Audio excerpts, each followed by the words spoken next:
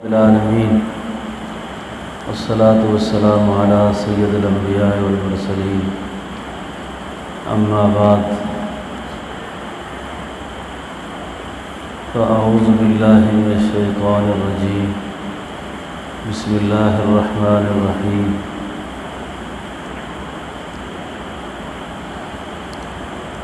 یا ایتها النفس المطمئنہ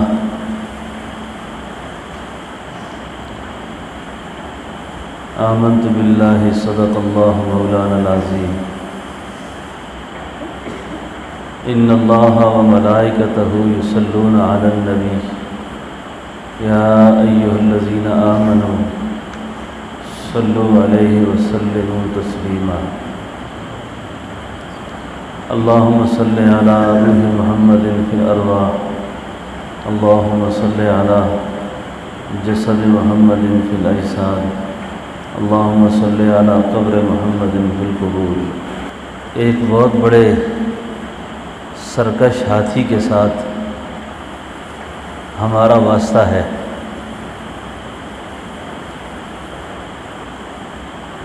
غالباً فارسی زبان میں اس کو ویل دماغ کہتے ہیں، مضبوط ہاتھی۔ یہ جو مضبوط ہاتھی ہے، اس کو پچھاڑنا، اس کو گرانا اللہ کے فضل کے بغیر ممکن نہیں ہوتا۔ نفس کی مثال ہمارے دادا پیر حضرت خواجہ شمس الدین سید پوری رحمۃ اللہ علیہ ایک سرکش ہاتھی سے دیا کرتے تھے کہ اس سرکش ہاتھی کو جس نے گرا لیا، جو اس کا فاتح بن گیا، وہ حقیقی معنوں میں فاتح ہو گیا۔ جو نفس کے آگے گرا رہا وہ نفس کا بندہ رہا، اور نفس کی بندگی میں جس نے زندگی گزاری، نفس کی بندگی میں خواہشات کی بندگی میں جس نے زندگی گزاری، تو وہ تو خواہش کا بندہ رہا۔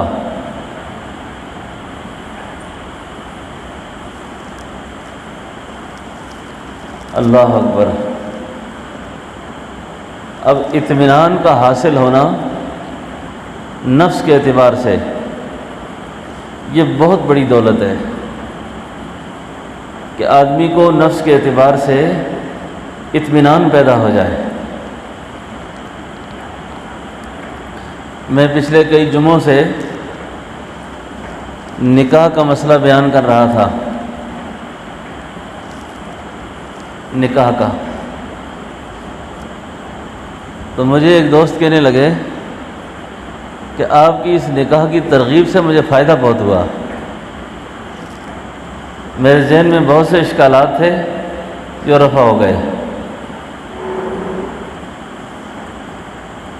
میں نے اس دوست سے کہا تھا کہ اگلی مجلس میں اللہ نے مجھے یاد کرائی بات تو میں وہ بات بھی کروں گا۔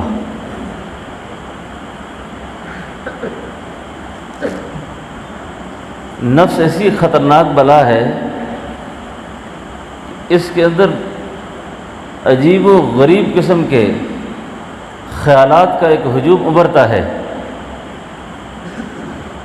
اور دینداروں کو وہ دین کے روپ میں آتے ہیں، بے دینوں کے اندر بے دینی کے روپ میں آتے ہیں۔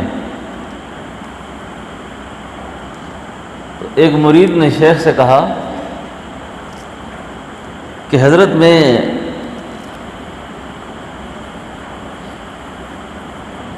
دوسرے اور تیسرے نکاح کا غلبہ مجھ پر بہت ہوا کہ میں نکاح زیادہ کروں۔ اب جس شیخ سے پوچھ رہا ہے، اس شیخ کی اپنی 4 بیویاں ہیں۔ ہمارے دادا پیر حضرت سید پوری کی 4 بیویاں تھیں، اور ہمارے حضرت جو تھے خواجہ عبدالحی صاحب رحمۃ اللہ علیہ، حضرت کی 4تھی بیوی کے صاحبزادے تھے۔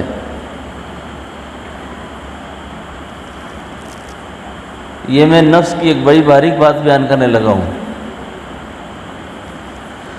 تو شیخ نے فرمایا کہ 4 شادیاں کرنی ہیں لیکن تو نے نہیں کرنی، تو نے اس وقت تک نہیں کرنی جب تک میں نہ کہوں۔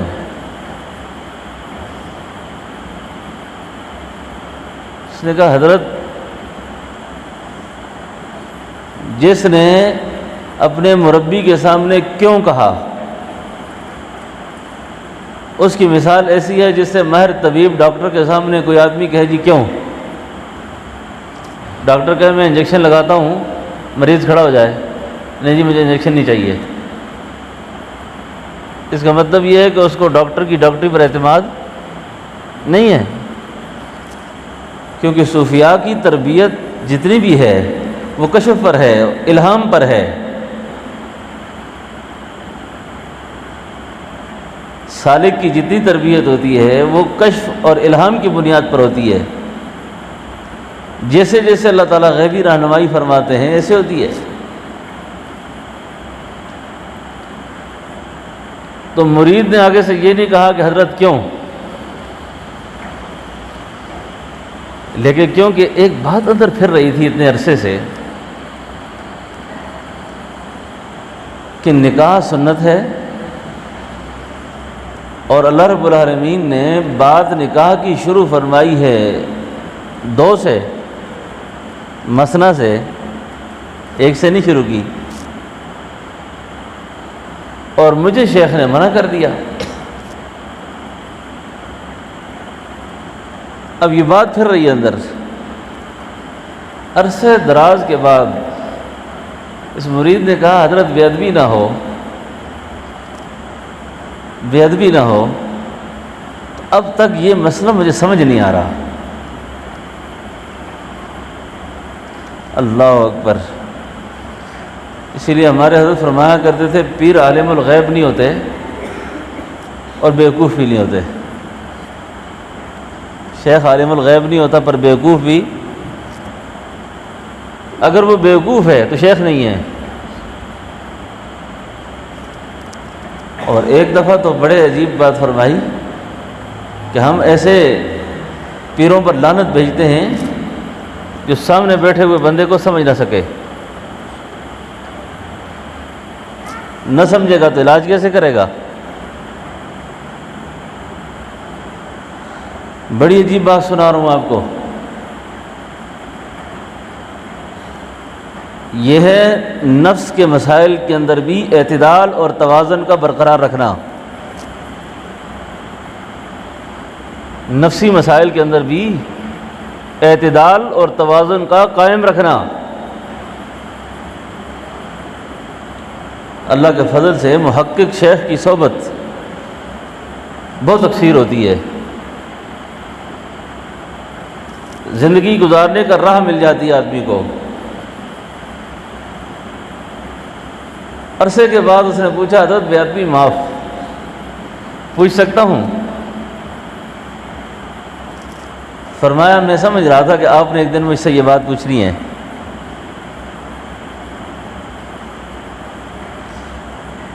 فرمایا ابھی آپ کے نفس کی تربیت کے اس مرحلے میں ہیں جس میں آپ کے لیے جائز کام بھی کرنا بعض اوقات ٹھیک نہیں ہوتے۔ جائز کام بھی کرنا ٹھیک ہے نہیں ہے۔ میں تیرے اندر شوق کے مرض کو دیکھ رہا ہوں، میں تیرے اندر وَمَن يُوقَ شُحَّ نَفْسِهِ فَأُولَٰئِكَ هُمُ الْمُفْلِحُونَ۔ شوق کہتے ہیں حرص مال بخل کو۔ کبھی یہ حرص کے معنی میں ہوتا ہے اور کبھی یہ بخل کے معنی میں ہوتا ہے، اور اللہ رب العالمین فرماتے ہیں کہ جو شخص حرص سے بچا دیا گیا، بخل سے بچا دیا گیا، فَأُولَٰئِكَ هُمُ الْمُفْلِحُونَ، پس اس کی فلاح ہو گئی۔ اس کی تعبیر شیخ نے بڑی عجیب فرمایا، یہ جو شوق کا جو مرض ہے نا، شوق کا مرض، حرص کا جو مرض ہے، اگر ساری دنیا کی حسین عورتیں تیرے نکاح میں لائی جاویں، پھر بھی کسی گندی نالی کے اندر، کیچڑ کے اندر اٹی ہوئی کتیا پر تیری نگاہ ٹھہری رہے گی۔ نقطہ سمجھ آ رہا ہے آپ کو؟ کسی گندی نالی میں کیچڑ کے اندر اٹی ہوئی کتیا پر تیری نگاہ ٹھہری رہے گی۔ اللہ اکبر، کتنی باریک بات ہے یہ۔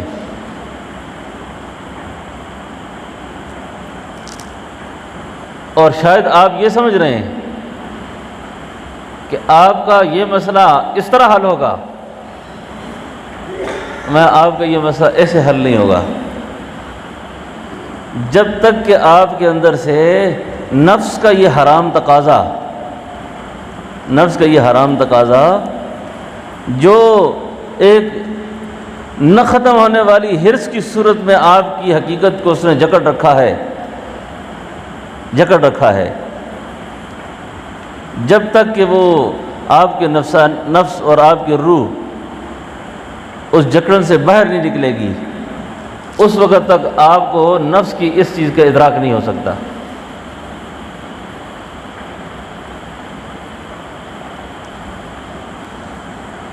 یہ نقطہ ہے بڑا باریک ہے، سمجھ آ گیا کسی کو؟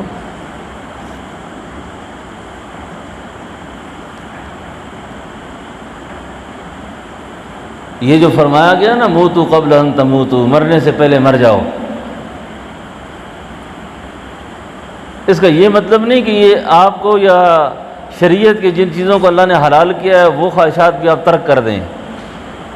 میں نے جو نقطہ سمجھانا تھا، اگر کسی کو سمجھ آیا ہوگا تو سمجھ آئے گا۔ وہ مقصود نکاح کی نفی نہیں ہے، جو نقطہ میں سمجھا رہا تھا اگر کسی کو سمجھ آیا تو وہ اللہ کا شکر ادا کرے۔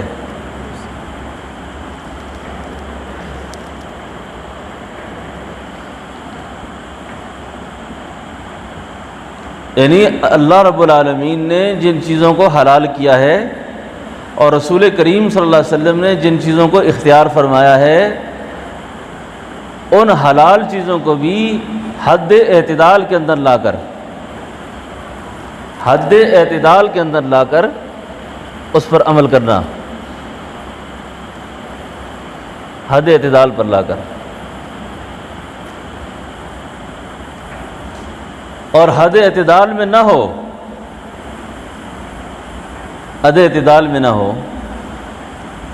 حضرت تھانوی رحمۃ اللہ علیہ اور ہمارے بہت سے اکابر، ہمارے بہت سے بزرگ جنہوں نے تعدد ازواج پر عمل کیا، کثرت ازواج پر عمل کیا، بہت سی مصالح تھی اس میں، بہت سی حکمتیں تھیں، تو ایک دن کسی نے حضرت تھانوی رحمۃ اللہ علیہ سے کہا، حضرت آپ نے تو نکاح دوسرا نکاح کر کے اپنے مریدوں کے لیے راستہ کھول دیا۔ فرمایا میں نے دوسرا نکاح کر کے مریدوں کے لیے راستہ بند کر دیا۔ کہ حضرت وہ کیسے ہے؟ فرمایا میرے پیش نظر رسول اللہ صلی اللہ علیہ وسلم کی وہ حدیث بھی ہے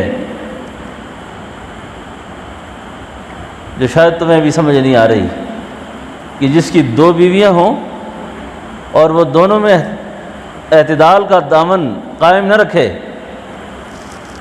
توازن نہ قائم رکھے، حقوق کا خیال نہ رکھے، تو وہ قیامت والے دن ایسے آئے گا جیسے فالج کا مریض ہوتا ہے۔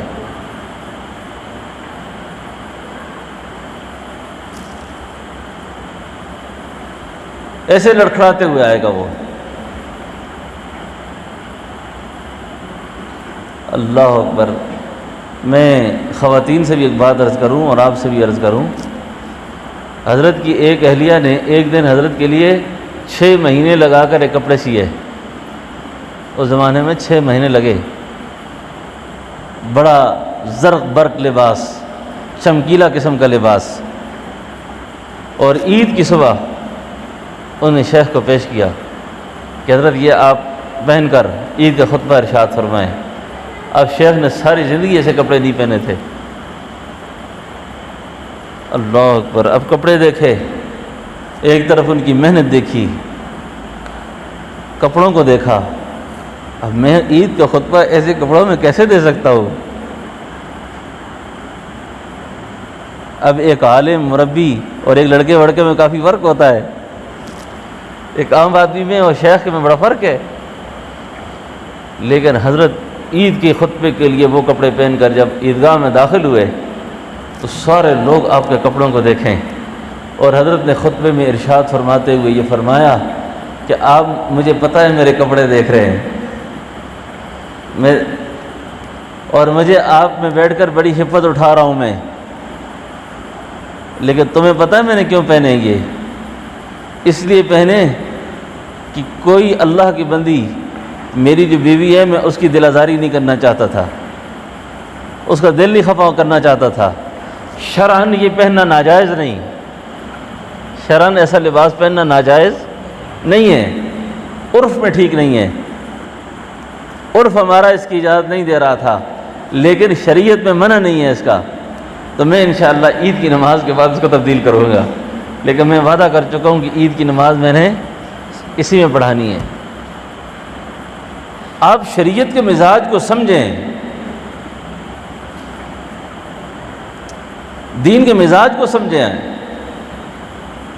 جب آدمی ان چیزوں کو سمجھتا نہیں نا، توازن قائم نہیں رکھتا، پھر جھگڑے، اختلافات اور دوریاں اور پتہ نہیں کیا سے کیا چیزیں پیدا ہو جاتی ہیں۔ تو مرنے سے پہلے مر جانا، مرنے سے پہلے نفس کا اطمینان کا حاصل کرنا، نفس کے اطمینان کو حاصل کرنا، نفس کے اطمینان کو حاصل کرنا یہ فرض ہے۔ وساوس کی زندگی گزارنا، خطرات کی زندگی گزارنا، کسی وقت بھی کفر کی طرف جانا، بے دینی کی طرف جانا، بے حیائی کی طرف بڑھنا، یہ انتہائی خطرناک ہے۔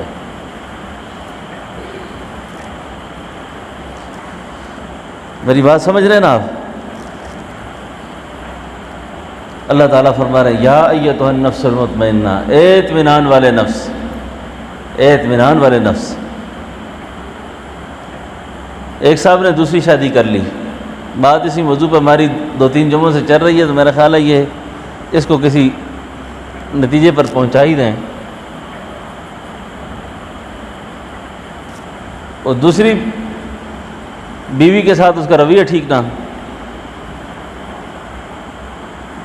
تو میرے پاس جھگڑا آ گیا، تو خاوند صاحب کہنے لگے حضرت میں کیا کروں، 35,000 کا موبائل ایک کو لے کر دیا ہوا ہے، 35,000 کا دوسرے کو لے کر دیا ہے۔ بیوقوف آدمی۔ میں نے کہا عورتیں موبائل سے آباد نہیں ہوئی، عورتیں موبائل کے ساتھ موبائل سے تو تباہ ہوتی ہیں، موبائل سے تو گھر تباہ و برباد ہوتے ہیں۔ اور خاص کر کے آج کل یہ جو موبائل ہمارے ہاتھوں میں ہے نا، اس موبائل کا استعمال تو بغیر اچھی خاصی تربیت کے ہاتھ میں رکھنا بندے کو کفر کی طرف لے جاتا ہے۔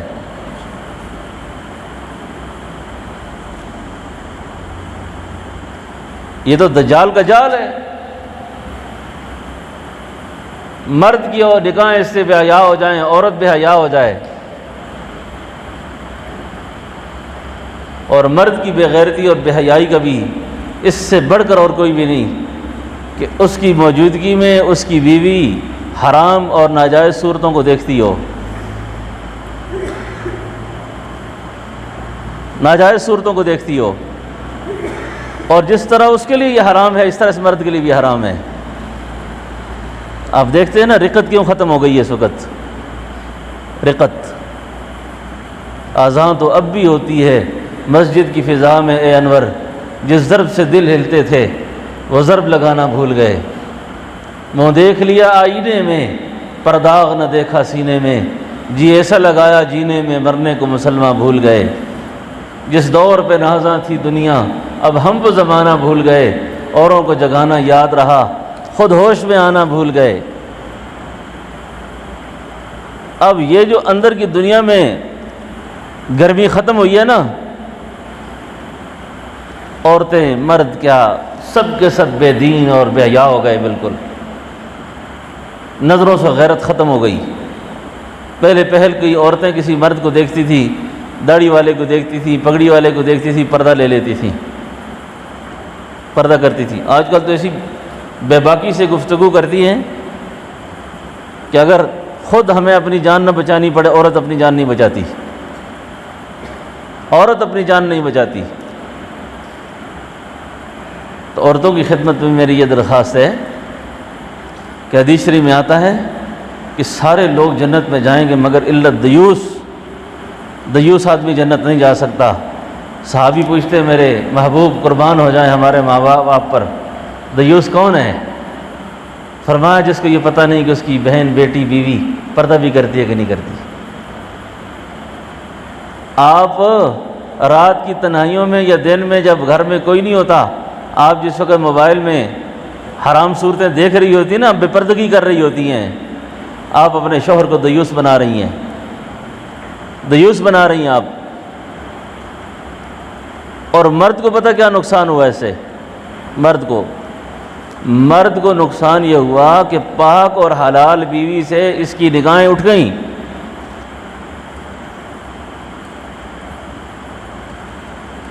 اپنی بیوی کے پاس رہ کر غیر کے تصور سے زندگی گزار رہا ہے، اور یہ بھی بزرگوں نے حرام لکھا ہے، یہ طرز بھی حرام ہے۔ یہ کہ اپنی بیوی کے پاس رہ کر کسی اجنبی عورت کا خیال رکھنا۔ میں یہ نفس کی وہ باریکی بیان کر رہا ہوں جو ضرورت ہو گئی ہے اس وقت،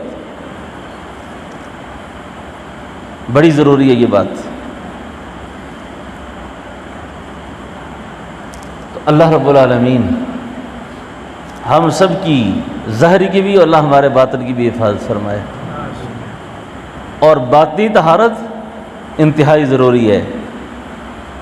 اب میں جو نکاح کا مسئلہ بیان کر رہا ہوں نا مسلسل کئی عرصے سے، اس کے پیچھے جو حکمتیں میں دیکھ رہا ہوں،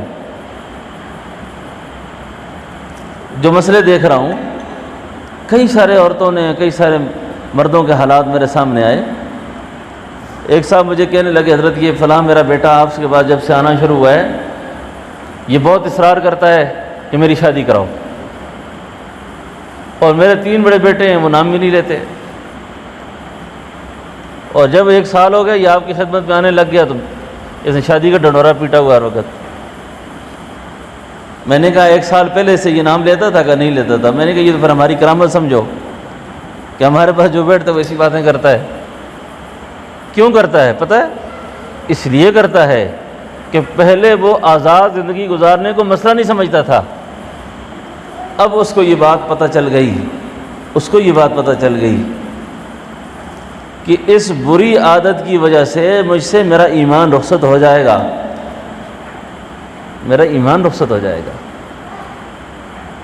اور ایمان کا بچاؤ، ایمان کا بچانا یہ انتہائی ضروری ہے، ایمان کا بچانا انتہائی ضروری ہے۔ اور آپ حضرات کو بھی میں ایک مسئلہ عرض کر دوں، ایک بہت پڑھا لکھا آدمی ظاہری طور پر، میں تو اسے جاہل ہی کہوں گا، لیکن اس نے مجھ سے ایک بڑی عجیب بات کی۔ اس سے پتہ کیا بات کی؟ اس نے کہا حضرت میرا داماد دوسرا نکاح کر رہا ہے، آپ اس کو سمجھائیں۔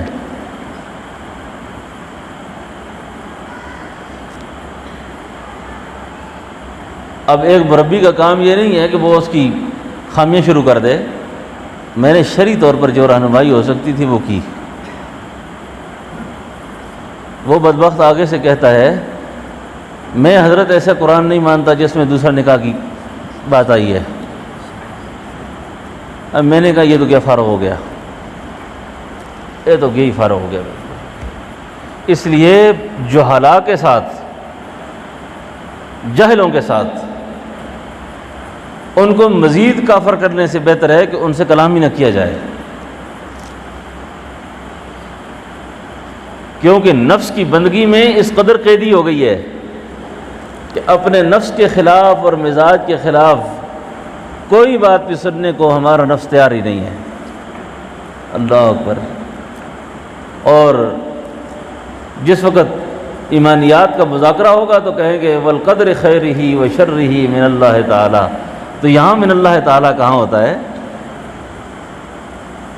اللہ اکبر۔ ہمارے حضرت فرمایا کرتے تھے کہ یہ سب لاشعور کی باتیں ہیں جو یاد کی ہوئی ہیں، والقدر خیرہ یہ بھی یاد ہے ہمیں، پتہ نہیں ہے کیا ہے یہ، وشرہ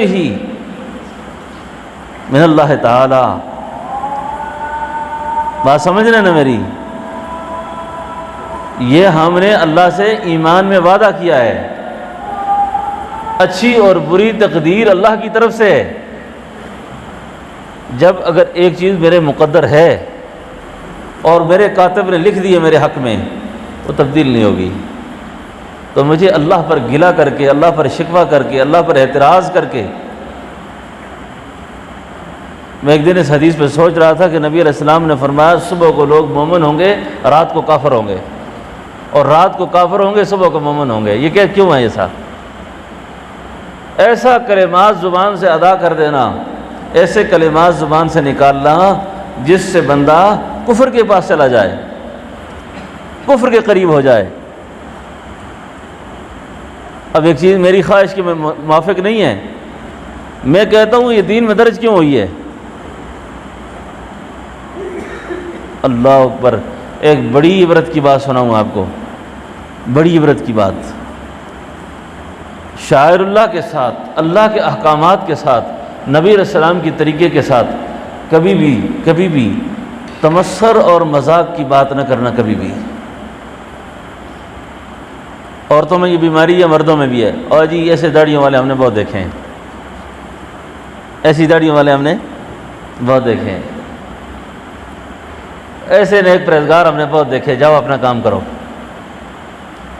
یہ عورتیں بھی داڑھی کے ساتھ مذاق کرتی ہیں۔ تو میں ان بیٹیوں سے گزارش کروں گا، بچیوں سے، پہلے دین کا مزاج سمجھو، دین کی کسی بات پر، اللہ کی کسی بات پر کبھی انگلی نہ اٹھانا۔ عورت کے لیے بڑی آزمائش کی بات ہوتی ہے یہ جو نکاح کا مسئلہ بھی بیان ہوتا ہے نا، نکاح کا مسئلہ، یہ بڑی آزمائش کی بات ہوتی ہے۔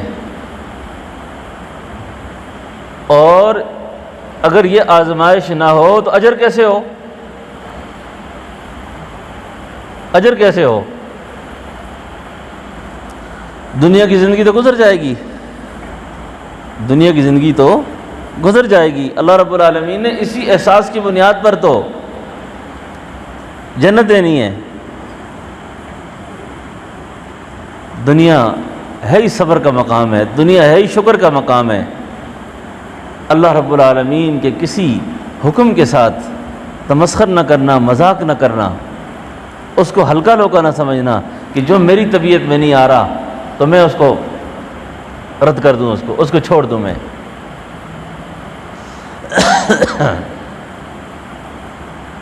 اور مردوں سے بھی میری یہ گزارش ہے، مردوں سے بھی، یہ ساتھیوں سے گزارش ہے میری۔ میں نے کوئٹہ میں ایک جگہ خواتین میں بیان کیا تو بیان کافی جڑ گیا، جڑا تو ایک پروفیسر خاتون تھی جو پردے میں آئی اور میرے آگے روئی بہت۔ اس نے کہا حضرت جو آج آپ نے بیان کیا ہے، اس بیان سے تو مجھے اندازہ لگتا ہے کہ میری تو جگہ ہی کوئی نہیں پھر۔ لیکن حضرت میرا شوہر جو ہے وہ تو شرابی ہے، جو غل غپاڑے وہ آ کے مارتا ہے اور گالیاں دیتا ہے، اور میرے ساتھ جو بدسلوکی کرتا ہے، وہ روٹی اگر کچی پکی ہو جائے تو دادی نانی یاد کرتا ہے وہ۔ ایسے مرد کا کیا حکم ہے؟ ایسے مرد کا کیا حکم ہے؟ تو میں نے کہا جب ہم مردوں میں بیان کرتے ہیں تو ان کی خوب ضرورت بناتے ہیں، لیکن آپ نے ہمارا مردوں والا بیان سنا نہیں کہ ہم مردوں میں کیا بیان کرتے ہیں۔ آپ کے لیے یہی ہے کہ آپ شوہر کی تابعداری کے جو مسائل میں نے بیان کیے ایسے ہی ہے۔ پھر اس خاتون کو میں نے ایک واقعہ سنایا، اس کو ایک واقعہ سنایا۔ کہ ایک اللہ والے کے پاس ایک خاتون آئی. اس خاتون نے کہا حضرت میرا شوہر جو ہے نا بڑا بد اخلاق ہے، بڑا بد مزاج ہے. کیونکہ میرا بیان ابھی بچیاں سن رہی ہیں نا، خواتین سن رہی ہیں، اس لیے میں یہ بات عرض کر رہا ہوں. میرا خاوند بڑا بد اخلاق ہے. کہ کیا بد اخلاقی ہے؟ کہ بڑے غلغپاڑے گالیاں دیتا ہے. فرمایا بیٹی تو ایسے کرنا، شیر کی دم سے ایک بال نکال کے لا، میں تجھے دم کر کے دوں گا، تیرا شوہر تابعدار ہو جائے گا،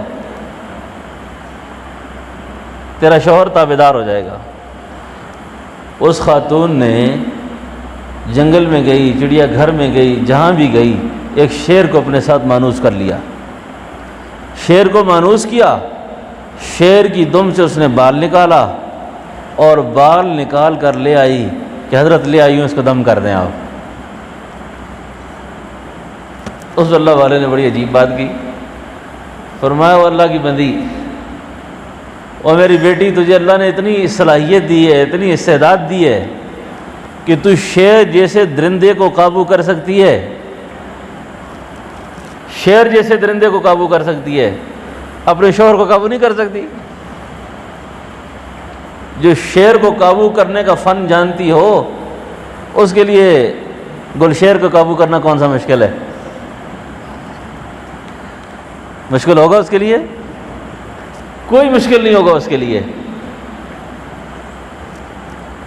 میری بات سمجھ رہے نا آپ؟ اللہ اکبر. ہمارے اپنے رویے. اچھا میں آپ کو بات بتاؤں نا، یہ روٹی کے اوپر جھگڑنا، روٹی کے اوپر چھوٹی چھوٹی باتوں پر اپنی بیویوں کو گالیاں دینا، تانے دینا، ان کو تنگ کرنا، پریشان کرنا، یہ تو انسان کا کام ہی نہیں ہے. یہ کیسا آدمی ہے یار، شرم نہیں آتی اس کو. اس کو ڈوب مرنا چاہیے ایسے آدمی کو. یہ بات میں کھول کے کر رہا ہوں. بیماری جس کی ہو وہ اپنا مرض دیکھے، اس کی اصلاح کرے، اس مرض کو نکالے اپنے اندر سے. اب مزاج پر جڑنی نہیں ہے. آٹا گوندتے ہلتی کیوں ہے تو؟ آٹا گوندتے وقت تو ہلتی کیوں ہے تو؟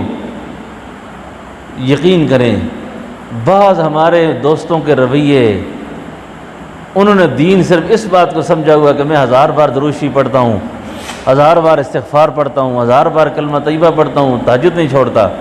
آپ سب کچھ پڑھیں، سب کچھ پڑھیں. بیوی کی دل آزاری کرنے والا شخص اللہ کی معرفت حاصل نہیں کر سکتا. آپ دل آزاری نہ کریں. امیر شریعت فرمایا کرتے تھے، آپ حیران ہو گئے میں کیا مضمون بیان کر رہا ہوں. آپ توازن قائم رکھیں، آپ اعتدال میں رہیں. فرمایا کرتے تھے جب یہ آٹا گوندتی ہے نا، اس آٹے میں ان کے آنسو شامل ہوتے ہیں، اس آٹے میں ان کے آنسو شامل ہوتے ہیں. اور کئی سارے بزرگ جو ہوتے ہیں ان کے سامنے بیٹی کا، بہو کا، بیوی کا مجال کیا ہے کہ اونچی بات کر لے. مجھے خود ایک آدمی اس علاقے کا ایک دن بڑا معتبر آدمی کہتا ہے، پیر صاحب میرے تے اللہ دے بڑے فضل نے. میں کہ کیا ہو گیا جی؟ کہ جی میرے سامنے نہ تھی بیٹھ سکنی ہے، نہ نو بیٹھ سکنی ہے، نہ زنانی بیٹھ سکنی ہے، نہ پتر. میں کہا جی دل میں کہا آپ انسان ہیں؟ کوئی آپ انسان ہو؟ تم کیسے آدمی ہو کہ تمہارے ساتھ کوئی بات بھی نہیں کر سکتا؟ آئے ہے رسول اللہ صلی اللہ علیہ وسلم گھر تشریف لاتے، آپ بیٹھے ہوتے، آپ کی بیٹی آ جاتی، بیٹی کے لیے احتراماً کھڑے ہو جاتے، احتراماً کھڑے ہو جاتے. سیدہ فاطمہ الزہرا کے ہاتھ روٹیاں بناتے، اماں عائشہ کے ہاتھ روٹیاں بناتے. آپ تندور پہ کھڑے ہو کر اماں عائشہ سے کہتے، عائشہ میں تیرے ساتھ کھڑے ہو کر روٹی لگاتا ہوں، میں روٹی لگاتا ہوں. اور ایک دفعہ آپ نے تندور میں روٹیاں لگائیں، تندور میں روٹی لگا کر اللہ کے محبوب اپنے حجرے میں تشریف لائے. تھوڑی دیر کے بعد اماں عائشہ سے فرمایا، عائشہ جاؤ دیکھو روٹیاں پکی ہیں کہ نہیں پکی. اماں فرماتی ہیں جب میں گئی تو کیا دیکھتی ہوں کہ تندور آگ سے گرم ہے لیکن کچا آٹا لٹک رہا ہے، روٹی نہیں پکی۔ میں نے آ کے عرض کیا میرے محبوب روٹی نہیں پکی؟ فرمایا عائشہ تجھے پتہ نہیں، اس آٹے کے ساتھ، اس روٹی کے ساتھ نبوت والے ہاتھ لگ گئے ہیں، اور جہاں نبوت والے ہاتھ لگ جائیں اللہ نے اس جگہ پہ آگ کو حرام کر دیا ہے، اللہ نے آگ کو حرام کر دیا ہے۔ یہ دوستو دین کا مزاج ہے، یہ سمجھو ساری باتیں۔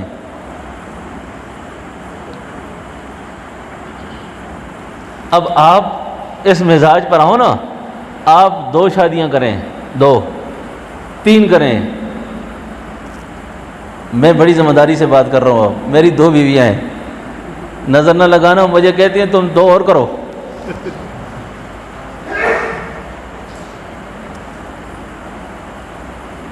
بات سمجھو میری، آپ اور کرو لیکن انسان بن کے رہو نا، انسان بن کے رہو۔ میری بات سمجھ رہے ہیں نا آپ سنت کے مزاج پر، شریعت کے مزاج پر جب رہیں گے نا انشاءاللہ تو اللہ رب العالمین کی طرف سے بندے کے ساتھ مدد آتی ہے، اور محض خواہشات کی اتباع ہو، محض خواہشات کی اتباع ہو تو پھر اللہ کی تائید اور اللہ کی نصرت نہیں ہوتی آدمی کے ساتھ، پھر اللہ کی مدد سے محروم ہوتا ہے آدمی۔ تو شریعت کے مسائل کے اندر نا، شریعت کے مسائل میں علتیں نہ تلاش کیا کرو۔ میں بڑی عبرت ناک بات کر کے بات کو آگے چلاؤں گا۔ مجھے ایک بات یاد آئی ابھی، یہ بد نگاہی کا جو مریض ہوتا ہے نا، بد نظری کا، اس کو اور جو نقصان ہوتے ہیں وہ تو ہوتے ہیں روحانی طور پر۔ 14 بیماریاں لگتی ہیں ایسے آدمی کو ظاہری جسم میں، بد نظری کے مریض کو۔ یہ جس عورت کو لگ جائے، عورت کو، یہ جس مرد کو، 14 عوارض، 14 بیماریاں جسم میں لگتی ہیں، اور روحانی طور پر تو یہ کینسر ہے، روحانی کینسر ہے۔ اب اس مرض کا جو مریض ہے نا، اللہ اکبر، ایک آدمی نے بڑی عبرت ناک بات ہے کہ 3-4 آدمی مرے، مرنے سے پہلے قرآن کا انکار کر دیا، کلمے کا انکار کر دیا، کلمے کا انکار کر دیا، اور موت سے پہلے پہلے مر گئے وہ۔ کسی نے اس کی بیوی سے پوچھا یا کسی اور سے پوچھا، اللہ اکبر، یہ دعا ہر نماز کے بعد پڑھا کرے، ربنا لا تزغ قلوبنا بعد اذ ہدیتنا، اے اللہ مجھے ہدایت کے بعد گمراہ نہ کرنا، اللہ ہدایت کے بعد۔ اور عورتوں سے بھی کہتا ہوں، مردوں سے بھی کہتا ہوں، کوئی کسی کو گناہ میں پھنس جائے، مبتلا ہو جائے، اس کے گناہ کا تمسخر اور مذاق بھی کبھی نہ کرنا۔ عورتوں سے بھی کہتا ہوں مردوں کے ساتھ مذاق نہ کریں، مردوں سے کہتا ہوں کسی اور کے ساتھ مذاق نہ کریں کہ تیرے اندر یہ گناہ ہے، تیرے اندر یہ گناہ ہے۔ اللہ کے رسول صلی اللہ علیہ وسلم نے فرمایا وہ شخص مر نہیں سکتا اس وقت تک جب تک کہ خود وہ اس گناہ میں مبتلا نہ ہو جائے۔ بات سمجھ رہے نا؟ استہزاء، مذاق نہیں کرنا چاہیے، کبھی بھی نہیں کرنا چاہیے۔ پوچھا بھئی یہ کیوں ایسا ان کی موت آئی، کیوں ایسی موت آئی؟ کہنے لگے جی ان کی موت اس وجہ سے آئی کہ یہ نگاہ سے جب حرام لذتیں اٹھاتے تھے نا، بدنگاہی سے جب حرام لذت اٹھاتے تھے تو اکثر یہ کہا کرتے تھے پتہ نہیں اللہ نے نظر کی حفاظت کو کیوں فرض کیا، پتہ نہیں اللہ نے نظر کی حفاظت کو کیوں فرض کیا۔ اللہ اکبر، وحی کے سامنے عقل نہیں دوڑائی جا سکتی، کیوں ایسا ہے، کیوں ایسا ہے؟ تو شریعت کو ماننا چاہیے۔ مفکر اسلام، مفکر دین و ملت حضرت مولانا مفتی محمود صاحب رحمۃ اللہ علیہ قومی اسمبلی میں جب آپ گئے نا، تو جس طرح آج کل ایک بدنام عورت نے وہ مسئلہ کھڑا کیا نا ایک خاتون نے کہا حضرت اللہ تعالیٰ نے مرد کو 4 بیویوں کی اجازت دی ہے، عورت کو کیوں نہیں دی؟ عورت کو بھی ہونی چاہیے۔ فرمایا تو 20 کر، تجھے کس نے منع کیا ہے؟ مفتی صاحب نے کہا تو بھی کر، تجھے کسی نے منع کیا ہے؟ میں تو یہ قرآن کا حکم مسلمانوں کے لیے ہی ہے، یہ قرآن کا حکم کس کے لیے ہے؟ مسلمانوں کے لیے ہے، ماننے والوں کے لیے ہے، نہ ماننے والوں کے لیے نہیں ہے۔ ان کی تو مرضی ہے، جتنا مرضی ہے کریں۔ زندگی کے پارٹنرشپ بناتے ہیں تو پارٹنرشپ بنا لیں، جیسے مرضی ہے زندگی گزاریں۔ اسی کو قرآن کہتا ہے اولئک کالانعام بل ہم اضل، یہ ہے چوپاؤں کی زندگی۔ اور چوپاؤں کی نہیں، اس چوپاؤں میں تو خنزیر بھی آتا ہے نا، خنزیر بھی آتا ہے، بلکہ یہ اس سے بھی بدتر ہیں یہ لوگ۔ اس لیے حدود شریعت کا مذاق نہیں اڑانا چاہیے، اور شریعت اسلامیہ کے اندر جہالت بھی عذر نہیں ہے کہ آپ کو ایک مسئلے کا پتہ نہیں ہے، آپ کو ایک مسئلے کا پتہ نہیں ہے، آپ پتہ کرو نا۔ ناخن غلط کٹ جائے تو مجھے آپ کو پتہ ہے کہ ناخن کا اسپیشلسٹ کہاں بیٹھتا ہے، پتہ ہے نا؟ بال چرا لگ جائے تو پتہ ہے کہ بال کا اسپیشلسٹ کہاں بیٹھتا ہے، لیکن دین اللہ کا اتنا لاوارث رہ گیا ہے۔ مولا علی نے کہا تھا بڑی شان سے جو نکلا تھا دین عرب سے، آج پردیس میں غریب الغربا ہے، آج پردیس میں غریب الغربا ہے۔ جس نے سائنس پڑھی ہے وہ دین پر رائزہ نہیں کرتا ہے، جس نے میڈیکل پڑھی ہے وہ دین سمجھا رہا ہے، جس نے انجینئرنگ پڑھی ہے وہ دین سمجھا رہا ہے۔ اور آج کل نئے نئے فتنے بھی پیدا ہو رہے ہیں۔ ایک وہ جہلمی کا فتنہ ہے، ابھی اس سے مجھے ایک ساتھی نے پوچھا کہ وہ جہلمی کی تقریریں سننی چاہیے کہ نہیں سننی چاہیے، میں نے کہا وہ گمراہ آدمی ہے جی۔ مرزا محمد علی جہلمی، جاوید غامدی، اس طرح کے نئے نئے لوگ آ گئے ہیں دنیا میں۔ اپنے ایمانوں کو بچاؤ، اس سے اپنے ایمانوں کو بچاؤ۔ اور آپ کو اگر کوئی ایسی بات کرے نا تو اس کو ایک جواب دو۔ اللہ کے فضل سے میں نے 2-3 آدمیوں کو یہ جواب دیا، اللہ نے ان کو ہدایت دے دی، ہدایت دے دی ان کو۔ کیا جواب ہے؟ میں نے کہا میں آپ مجھ سے یہ سوال کریں گے، اس کا یہ جواب ہے اور آپ کو پتہ ہی ہے، پھر میں یہ جواب دوں گا، آگے سے آپ یہ جواب دیں گے، اس کا بھی پتہ ہے آپ کو، پھر میں یہ جواب دوں گا، آپ اس کا یہ جواب دیں گے، یہ بھی پتہ ہے آپ کو۔ صرف ایک سوال ہے، اسلام کی 1400 سالہ تاریخ میں جاوید غامدی اور مرزا جہلمی کی طرح دوسرا کوئی ایک آدمی لے کے آ جاؤ۔ کیا خیال آپ کا؟ یہ سارے لوگ بددینی پہ جمع ہو سکتے ہیں؟ ایک طرف 1000 آدمی ہیں اور ایک طرف ایک آدمی کھڑا ہے، تو یہ رنگ برنگے فتنے آ رہے ہیں۔ تو خیر، یا ایتھا النفس المطمئنہ، اے اطمینان والے نفس، اے اطمینان والے نفس۔ اطمینان والے نفس کی تعبیر اور تشریح یہ ہے کہ جو اللہ کی مرضیات، اللہ کی منشا، اللہ کی شریعت کے خلاف ایک لمحہ تک کبھی نہ سوچتا ہو۔ ایک جس کو سلطان بہو رحمۃ اللہ فرماتا ہے، جو دم غافل سو دم کافر، مرشد یہ فرمایا ہو۔ ایک لمحہ کے لیے بھی وہ اللہ کے غیر کی طرف التفات نہ کرتا ہو، یہ اطمینان والا نفس، یہ اطمینان والا نفس۔ حرام لذتیں لینا، حرام سوچنا، حرام بولنا، حرام دیکھنا، حرام دیکھنا، حرام بولنا، حرام، یہ ساری چیزیں اطمینان والے نفس کے خلاف ہیں، یہ اطمینان والے نفس کے خلاف ہیں۔ اطمینان والا نفس، اطمینان والا نفس، یا ایتھا النفس المطمئنہ ارجعی الی ربک راضیۃ مرضیہ۔ سیدنا حضرت عبداللہ بن عمر جب فوت ہوئے نا آپ کو جب دفن کیا جا رہا تھا تو تفسیر میں لکھا ہے اس آیت کی کہ ایک کاغذ کا پرزہ اڑتے اڑتے آیا اور سیدھا حضرت عبداللہ ابن عمر کی سینے پہ لگا ہوا میں. جب اس کو اٹھا کے دیکھا تو اس پہ لکھا ہوا تھا یا ایتھا النفس المطمئنہ ارجعی الی ربک راضیۃ مرضیہ فادخلی فی عبادی وادخلی جنتی. حضرت خواجہ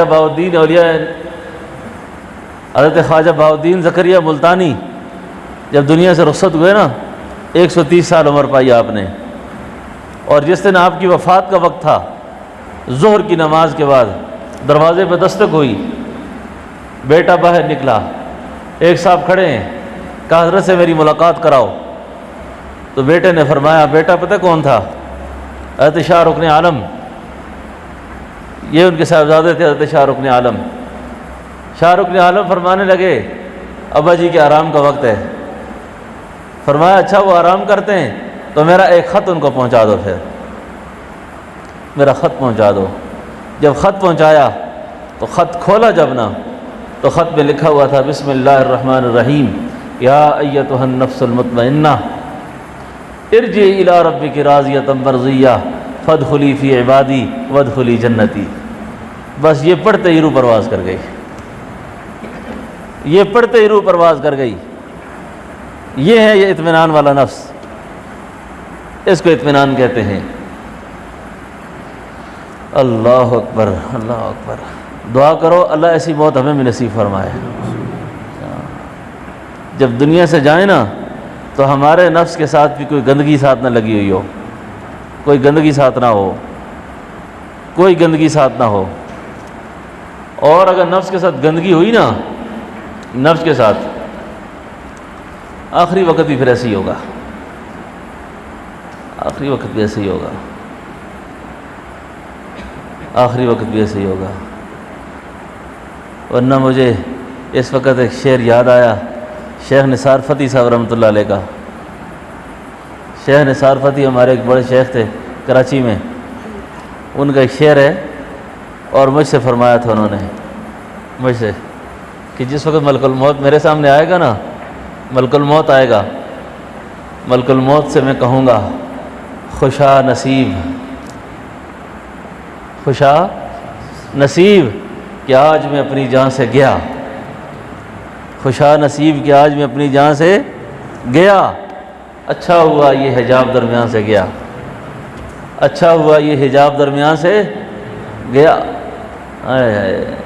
خوشا نصیب کہ آج میں اپنی جان سے گیا، اچھا ہوا یہ حجاب درمیان سے گیا. یہ شعر بھی نہیں کہے. اور شاہ حکیم اختر صاحب رحمۃ اللہ علیہ جب بیان کرتے تھے نا اس شعر کو، اور فرمایا کرتے تھے کہ اس شعر نے تو آفاق عالم میں غلغلہ مچایا ہے. تو شیخ نثار فتحی صاحب مجھ سے فرمانے لگے ایک دفعہ کہ میں نے اپنے دوست حکیم اختر کو ایک دن کہا جب تم میرا کوئی شعر بیان کیا کرو ساتھ میرا نام لیا کرو، میرا کوئی شعر بیان تو میرا نام لیا کرو. یہ بڑا ہی عجیب شعر ہے. یہ جو وہ ان لوگوں کا شعر ہے جو نفس مطمئنہ گزار کر گئے. اچھا، مستند رستے وہی مانے گئے، مستند رستے وہی مانے گئے جن سے ہو کے تیرے دیوانے گئے. مستند رستے وہی مانے گئے جن سے ہو کے تیرے دیوانے گئے. لوٹ آئے جتنے فرزانے گئے تاب منزل صرف دیوانے گئے. آہ کو بھی کچھ نسبت ہے اس شاخ سے، آہ کو بھی کچھ نسبت ہے اس شاخ سے، آہ نکلی اور پہچانے گئے. کیا خبر تھی کیا خبر تھی قرب جاں بیٹھے ہیں وہ، کیا خبر تھی قرب جاں بیٹھے ہیں وہ، مفت میں دونوں جہاں چھانے گئے.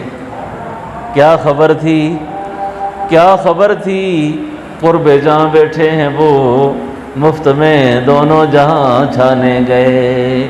آئے جب طے کر کے ہم راہ وفا، آئے جب طے کر کے ہم راہ وفا، آئے جب طے کر کے ہم راہ وفا، ایسے بدلے پھر نہ پہچانے گئے، ایسے بدلے پھر نہ پہچانے گئے۔ اپنے دوستوں میں ہمیشہ نیک دوست رکھو، اچھا بے دین دوست کو رسمی تعلق رکھو اس کے ساتھ۔ دیندار دوست مرنے کے بعد بھی کام آتا ہے، مرنے کے بعد قبر پہ آتا ہے، دعا کرتا ہے۔ اور میں آپ کو بڑے اعتماد سے ایک بات کرتا ہوں، ہمارے جاننے والے اہل تعلق میں سے بے شمار لوگ ایسے ہیں جنہوں نے کبھی ہمیں ایک پیسہ بھی نہیں دیا، کہ آپ سمجھیں کہ شاید کوئی پیسے بانٹتے تھے وہ، لیکن محبت کا تعلق رکھا ہے۔ یقین جانیں ان کی مالدار اولادیں، کروڑوں میں کھیلنے والے، شاید انہوں نے پیچھے ماں باپ کے پیچھے کبھی ایک بار بھی دروشی پڑھا ہو یا سورہ اخلاص پڑھی ہو، اور ہم وہ ہیں جو روزانہ یاد کرتے ہیں ان کو۔ کیا تعلق کام آیا ان کو؟ کون سا تعلق کام آیا؟ اللہ اکبر۔ مستند رستے وہی مانے گئے جن سے ہو کے تیرے دیوانے گئے، لوٹ آئے جتنے فرزانے گئے، تاب منزل صرف دیوانے گئے۔ آہ کو بھی کچھ نسبت ہے اس شاخ سے، آہ نکلی اور پہچانے گئے۔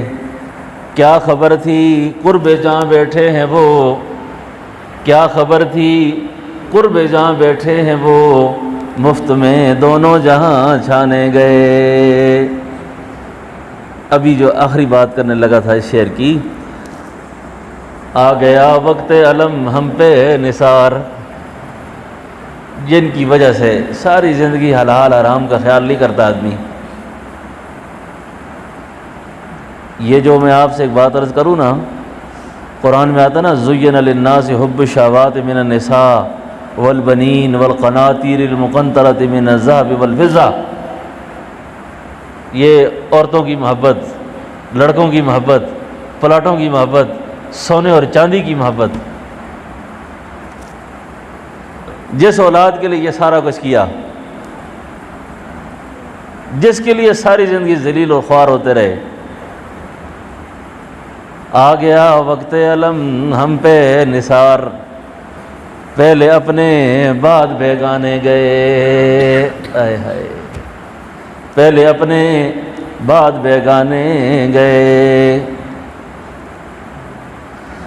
اوہو اللہ اکبر۔ تو جو نفس سے آزاد ہو کر گئے نا، نفس سے آزاد ہو کر، یقین جانے آج بھی ان کی قبریں مرجع خلائق ہیں، مرجع خلائق ہیں، مرجع خلائق ہیں، مرجع خلائق ہیں۔ تو شریعت کا